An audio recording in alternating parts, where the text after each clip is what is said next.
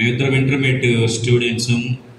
చదువుకున్న ఇంటర్మీడియట్లో నా క్లాస్మేట్ శామ్యుల్ పాల్ నాకంటే ముందుగా దేవుని పరిచర్యలోనికి వచ్చాడు. తర్వాత నేను వచ్చాను. ఆల్రెడీ మేమిద్దరం కలిసి 24 సంవత్సరాలు దేవుని పరిచర్యలో ఉండటం ఎంతో సంతోషంగా ఉన్నది.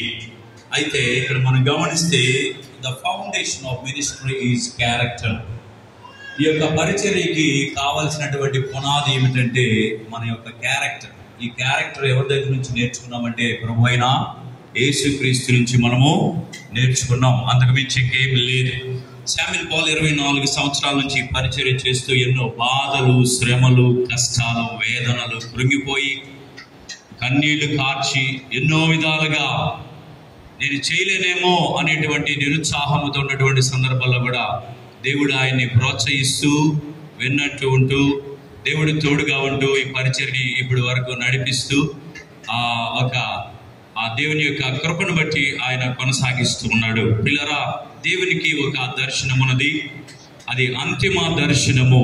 ఆ దర్శనం ఏమిటంటే ఈ రాజ్య సువార్త సకల జనులకు ప్రకటింప చేయాలనేటువంటిది దేవుని యొక్క ప్రణాళిక. మత్తయి రాసిన సువార్తలో మనం చూస్తాం 24:14 రాయబడి ఉన్నది. ఈ రాజ్య సువార్త సకల జనములకు ప్రకటింపబడాలి, అందరూ తెలుసుకోవాలని దేవుని యొక్క అంతిమ దర్శనమైనది.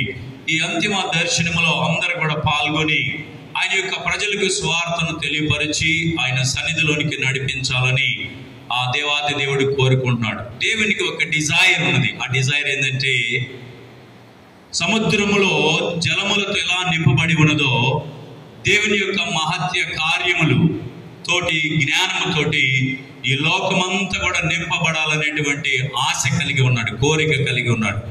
ఇప్పుడు ఈ జనములందరికీ కూడా ఆయన జ్ఞానముతో నింపబడాలి అంటే అనేక మందిమైనటువంటి దైవ సేవకులైనటువంటి మనము, మీరు అందరము కలిసి ఆయన యొక్క రాజ్య సువార్తను ప్రకటిస్తే గాని అనేక మంది తెలుసుకొని ఆయన రాజ్యానికి వారసులు అవుతారనేటువంటి సత్యాన్ని మనం తెలుసుకోవాలి. ఈ సమయంలో ఈ కూటమిలో నేను చెప్పేది ఏంటంటే చేరి వచ్చినటువంటి మనందరం కూడా సమయం లేదు, ఇంకా మనము చివరి దినాల్లో ఉన్నాము.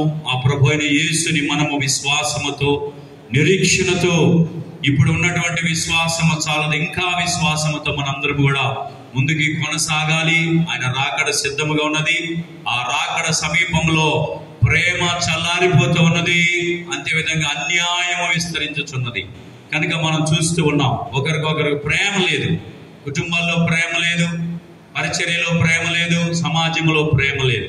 కాబట్టి ఇది అంత్యకాల దినాలని మనం తెలుసుకొని ఒకరికొకరు ప్రేమ కలిగి ఉండాలని దేవుని యొక్క వాక్యం సెలవిస్తుంది. కనుక ఆ ప్రేమ